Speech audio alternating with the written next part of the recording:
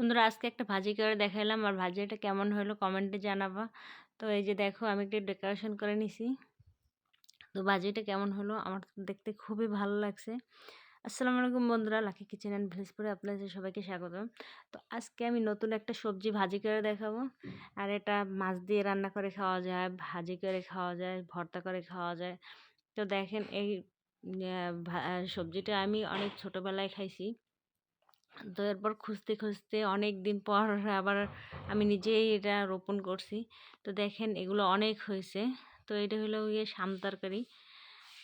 তো বরিশালের মোরা শাম তরকারিকে ডাকি, এটার নাম। তো অনেকগুলো শাম তরকারি হয়েছে। তো এগুলো দেখতে একদম দেখেন কামরাঙার মতো। আর এগুলোই আজকে রান্না করে দেখাবো। তো কীভাবে রান্না করবো সেগুলো পুরো ভিডিওটা দেখবেন। তো এখন এগুলো সব তুলে নিতে আসি, যেগুলো গাছে ছিল। তো একদম পুকুরের সাইডে আমার এই ফলগুলো হয়েছে, সবজিগুলো। তো এখানে দেখেন আমি আরও কিছু সবজি নিছি, গাছ থেকে চালতেও নিছি পায়রা। তো এখানে আমার গাছে অনেকগুলো ধুন্দুল হয়েছে। আর এখানে এই যে শাম তরকারিগুলো নিছি। আর এগুলো আজকে ভাজি করে দেখাবো। আর ধুন্দুলগুলো চিংড়ি মাছ দিয়ে রান্না করবো। আর চালতেগুলো অনেক মিষ্টি হয় আমাদের গাছের। তো আগে আমি ধুয়ে পরিষ্কার করে নিই, আর এটার সাথে একটু আলু মিক্স করে দেবো, তাহলে অনেক মানে খেতে ভালো লাগবে। শুধু আমি শুধু রান্না করা অতটা ভালো মনে করি না। তো আমি ভালো পরিষ্কার করে ধুয়ে তারপর এই যে কুচি করে নিছি, আলু দিছি সাথে। তো আপনারা চাইলে আলু দিতে পারেন অথবা স্কিপ করতে পারেন। তো এখন রান্না করব। ভাজিটা রান্না করার জন্য আমি ভালো করে আবার ধুয়ে নিছি। ধোয়ার পর এই যে দেখেন চুলায় দিয়ে দিছি একটা কড়াইতে। সবজিটুকু দিয়ে তারপর পানি দিয়ে দিতে হবে, আর এর সাথে মশলা দিতে হবে। তো এই যে এখন চুলা জাল ধরাই দিলাম। আর এদিকে প্রথমে লবণ দিয়েছি, এর সাথে কিছু কাঁচামরিচ, তারপর একটু হলুদ, এগুলো দিয়ে দিলেই হইবে। মরিচের গুঁড়া না দিলেও সমস্যা নেই। মরিচের গুঁড়া আমি দেব না, যেহেতু ভাজি করব এই জন্য মানে কালারের জন্য একটু হলুদের গুঁড়া দিয়ে দিলাম।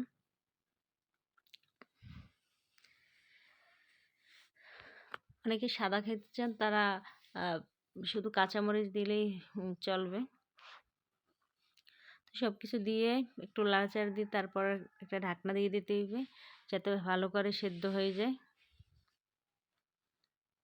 তো আমি হালকা একটু লাড়াচাড়া দিয়ে দিলাম, কারণ যাতে হলুদের গন্ধ না আসে। তো কিছুক্ষণের জন্য ঢাকনা দিয়ে দেখলাম, দেখেন। তো ঢাকনাটা তো তুললে দেখাই।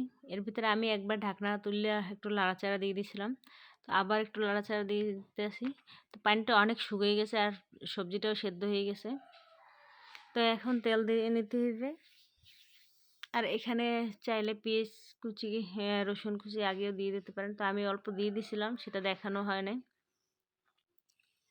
কিছু পরিমাণ দিয়ে দিছিলাম আগেই। তো সেটা ঢাকনা দেওয়ার পরে দিছি, এই জন্য দেখানো হয় নাই, আপনারা দিয়ে দিতে পারেন। তো দেখেন একদম পানিগুলো শুকিয়ে গেছে। আর এখন আমি একটু তেল দিয়ে নেব। তেল হলো ভাজির মজা, আসল মজা। তো চাইলে অনেক সময় তেলের উপরেও সবজিটা প্রথমে রান্না করা যায়। তো আমি পরে তেল দিয়ে নেব। এই যে আমি পেঁয়াজ রসুন দিয়ে আর সরিষার তেল দিয়ে তো জানেন আমি বেশিরভাগ রান্নাটা করি।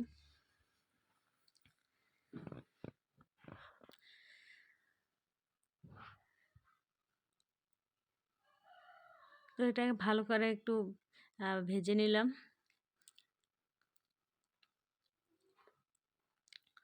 তো দেখেন আমার পেঁয়াজটা একটু হালকা বাদামি হয়েছে। এখন আমি সবজিগুলো দিয়ে দেবো।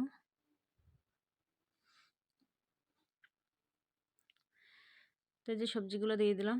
এরপর ভালো করে লাড়ি চেড়ে একদম মিক্স করে নিতে হবে।